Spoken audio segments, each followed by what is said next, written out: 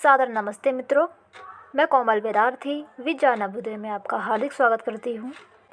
मित्रों, पिछली वीडियो में हमने भिन्न करने की भाग जाति विधि देखी थी कि कैसे हम छोटी संख्याओं का भिन्न भाग जाति विधि से आसानी से कर सकते हैं। जैसा कि हमें पहले से ही पता है कि भास्कराचार्य जी ने लीलावती ग्रंथ में भिन्न करने की 4 विधियाँ बताई है, जिसमें से पहली है भाग जाति, जिसे हमने पिछली वीडियोस में कंप्लीट कर लिया है।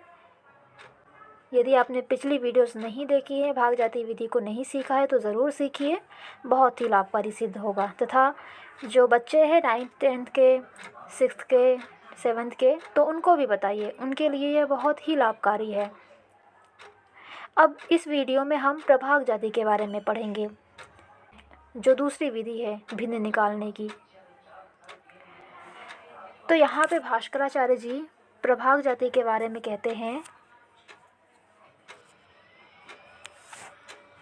कि प्रभाग जाति में अंशों को अंशों से गुणा करने से और हरों को हरों से गुणा करने से सवर्णन होता है, यानी कि हमें भिन्न प्राप्त हो जाता है। तो इसमें जो उदाहरण दिया हुआ है, इससे हम समझेंगे, इसको करके देखेंगे और इसके माध्यम से समझेंगे कि कैसे भास्कराचार्य जी ने प्रभाग जाति विधि से भिन्न निकालना सिखाया है आसानी से। और ये बड़ी संख्याओं का है। जो भाग जाति विधि है उसमें आप बड़ी से बड़ी संख्याओं का भिन्न निकाल तो सकते हो, लेकिन बड़ी से बड़ी संख्याओं का भिन्न निकालने में शायद काफ़ी टाइम लग सकता है। तो जो 3 राशियाँ हैं, 4 राशियाँ हैं, तो इन राशियों का भिन्न निकालने में भाग जाति विधि अच्छी है, ठीक है। लेकिन जब इससे ज़्यादा संख्या आ जाती हैं, जब इससे ज़्यादा राशियाँ आ जाती हैं, तो हम प्रभाग जाति का इस्तेमाल करते हैं। यहाँ पे आप देख सकते हैं कि ये इतनी बड़ी बड़ी राशियाँ हैं। अब इन राशियों का हमें भिन्न निकालना है, तो हम प्रभाग जाति विधि अपनाएंगे, क्योंकि भाग जाति विधि से अगर करेंगे हम तो काफ़ी हमें लंबा पड़ जाएगा। वैसे कठिन नहीं है भाग जाति, सरल ही है, लेकिन अधिक राशियों का करने पर वह लंबा पड़ जाएगा। तो यहाँ पे एक सिंपल सा सीधा सा कॉन्सेप्ट है प्रभाग जाति, भाग जाति से भी आसान, बहुत ही आसान। और ये बड़ी संख्याओं के लिए है, बड़ी राशियों के लिए है, छोटी बड़ी राशियों के लिए नहीं है। यहाँ पे आप देख ही सकते हैं कि कितनी बड़ी राशि है। अब इसका हमें भिन्न निकालना है, तो करना क्या है? कुछ नहीं करना है, बस अंश का अंश से गुणा करना है और हर का हर से गुणा करना है, यानी कि अंशों का अंश से और हरों का हर से। बस सिंपल सा कॉन्सेप्ट है, एक लाइन में बात खत्म हो गई, बहुत ही आसान है। तो इसको हम जो उदाहरण दिया हुआ है लीलावती ग्रंथ में, इसी से ही समझेंगे। तो देखिए क्या किया है इन्होंने, 1/1, 1/2, 2/3, 3/4, 1/5, 1/16 और 1/4। ये कुछ संख्याएं हैं। अब इनका हमें भिन्न करना है, तो क्या करेंगे? सबसे पहले तो हम अंशों का अंशों से गुणा करेंगे। तो यहाँ पे आप देख सकते हैं नियमानुसार अंशों का अंश से गुणा किया,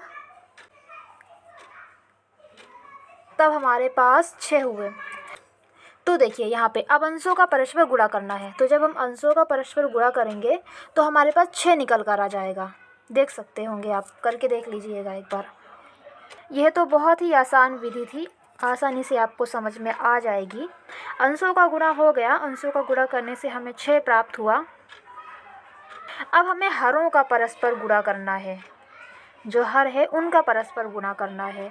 तो हमने 2 का 3 से गुणा किया तो 6 हुए, फिर 6 का 4 से गुणा किया तो 24 हुए।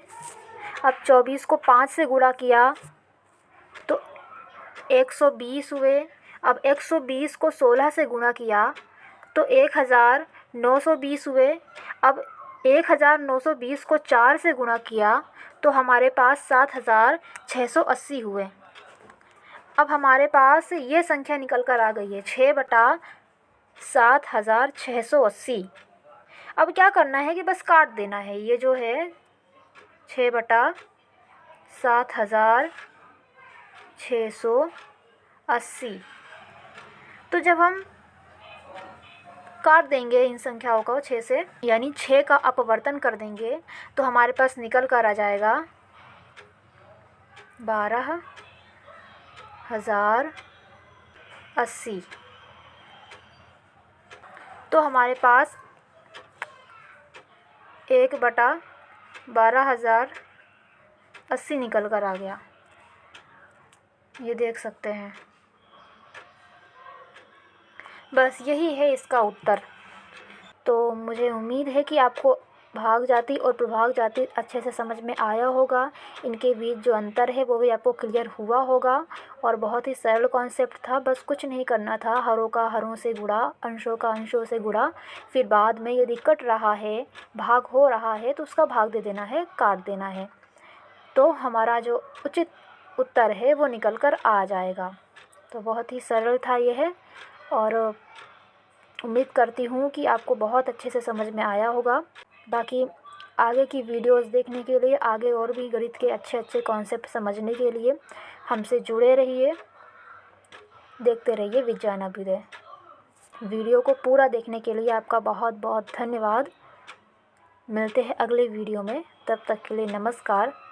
वर्धयतु निरंतरई, बढ़ते रहें विज्ञान अभ्युदय के संग।